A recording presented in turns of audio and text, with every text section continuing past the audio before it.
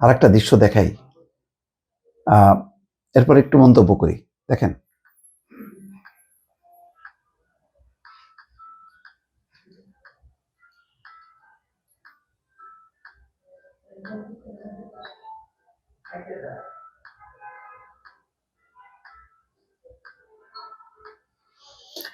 আচ্ছা, আমরা কি দেখলাম? প্লেন থেকে যখন নামছেন রাজশাহীতে, ওই যে একটা ছোট ব্যাগ, সুটকেস তিনি নিজে হাতে নিয়ে নামলেন। তারপরে দলের নেতা কর্মীরা নিলেন, কারণ তাকে তো ফ্রি থাকতে হবে। তো এইটুক কি যথেষ্ট? এইটুক কি ভবিষ্যতে থাকবে কিনা? কারণ আপনাদের মনে আছে, ডক্টর মোহাম্মদ ইউনূস যখন শপথ নিতে আসেন, সেই কোথায় ছিলেন তিনি তখন? ফ্রান্সে।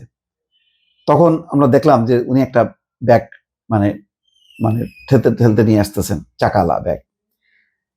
হ্যাঁ, আমাদের মনে ছিল যে উনি খুবই মিতব্যয়ী হবেন, কিন্তু তারপরে এটা থাকে নাই। কিন্তু এরপরে কিন্তু আর ওনার ওই ব্যাগ নিজে ঠেলতে ঠেলতে আর দৃশ্য দেখা যায়নি, বরং বিশাল বহর নিয়ে নিয়ে তিনি গেছেন। আমেরিকা তো প্রায় শতাধিক নিয়ে গেছেন, এটা নিয়ে অনেক সমালোচনা হয়েছে, এবং 7 স্টার হোটেলে ছিলেন। এই যে দৃশ্যটা এখন দেখলাম, তারেক রহমান তো এখন প্রধানমন্ত্রী নন। প্রধানমন্ত্রী তো তিনি যদি নির্বাচন হন, জিততে পারেন।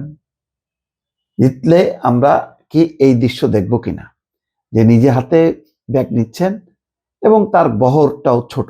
এই দৃশ্যটা আমরা একটু দেখতে চাই। অর্থাৎ রাষ্ট্রের কোনো দায়িত্ব পাইলেই সে এই যে ধরাকে সরা জ্ঞান করা, তার একটা বিলাসিতা রূপ ফুটে ওঠে।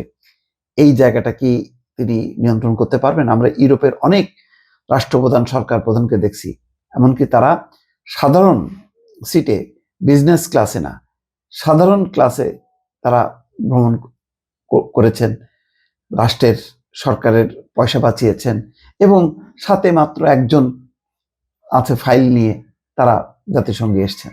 এই দৃশ্য কিন্তু আমরা দেখছি উন্নত দেশের ক্ষেত্রে। তিনি উন্নত দেশে ছিলেন 17 বছর।